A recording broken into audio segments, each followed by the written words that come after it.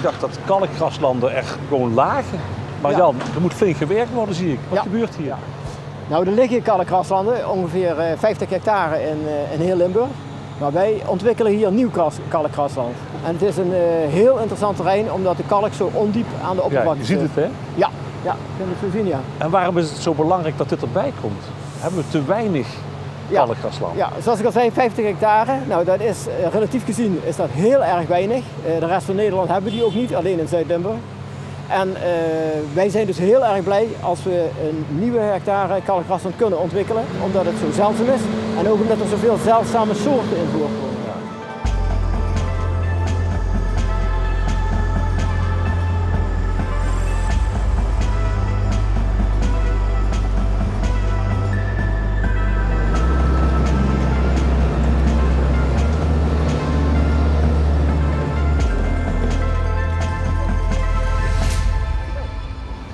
Nou ja, dit is dus kalk, hè?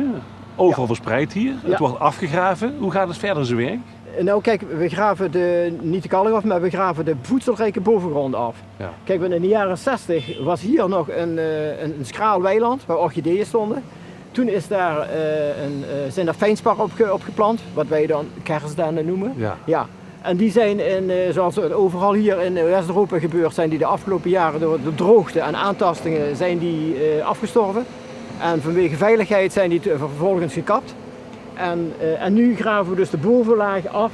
Dus alle voedselrijke grond die er op die kalklaag zit, die graven we af, die voeren we Bovenlaag af. van hoeveel? Gemiddeld 25 centimeter. Oké. Ja.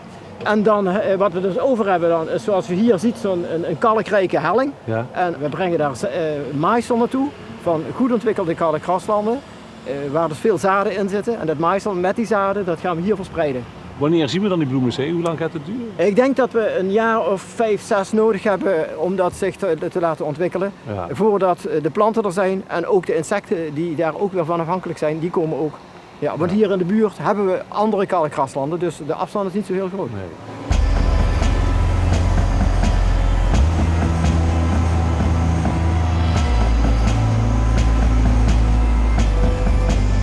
Is dit het laatste project of komen er nog meer? Nee, dit is zeker niet het laatste, want we hebben een veel groter project hebben we in voorbereiding. Hier een paar honderd meter vandaan, iets ten noorden hiervan, is een perceel van 6,5 hectare. En dat ligt aan de andere kant van de Krommagerweg ligt nog een stuk van 0,5 hectare. En als alles goed gaat, gaan we die volgend jaar, ook om deze tijd, gaan we die inrichten. Er is weinig wat ik me kan indenken qua natuur wat specialer is dan een goed ontwikkeld kalkgrasland. Ja. Heel veel zeldzame plantensoorten, heel veel zeldzame insecten en ook andere soorten zoals hazelworm, geelbuik vuurpad. Allerlei soorten die kunnen daarvan mee profiteren. Dit plaatje van die werkzaamheden, ja, dat zag je dus zo'n 7 weken. Ja. Maar Jan, jij kijkt liever jaren vooruit. Hè? Ja, zeker. Want over een jaar of 5, als het zich goed ontwikkeld heeft, dan stel ik mij zo voor dat je hier zo loopt aan de voet van deze helling, over het voetpad. En dan kijk je hier naar een etalage vol met bloemen.